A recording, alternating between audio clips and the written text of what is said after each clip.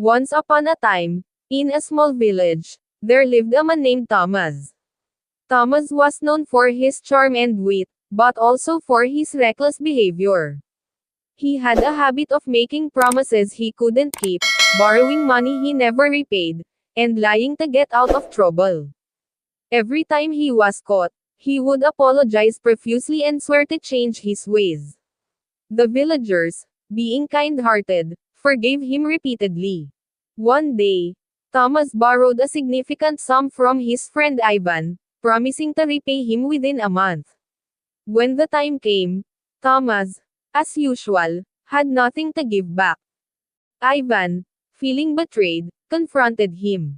Thomas spun another tale, convincing Ivan to give him more time. Months passed, and Thomas continued his deceitful ways, making more promises and breaking them just as quickly. Years went by, and Thomas' reputation grew worse. His debts piled up, and the villagers' patience wore thin.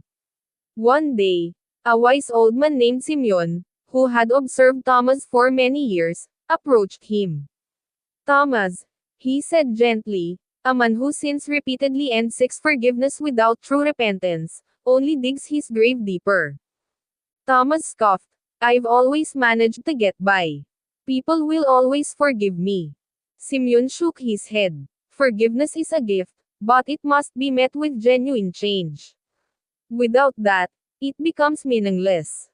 Not long after, an opportunity arose for Thomas to redeem himself.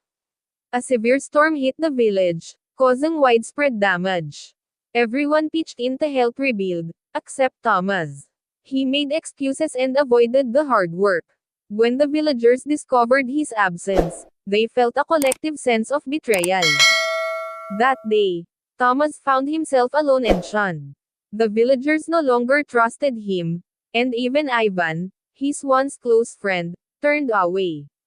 Desperate and destitute, Thomas went to Simeon and asked, "What can I do to make things right?" Simeon replied, "True repentance is not in words but in actions. You must earn back the trust you have squandered, one deed at a time. It will be hard, but it is the only way." Determined to change, Thomas began to work tirelessly to help the villagers, expecting nothing in return.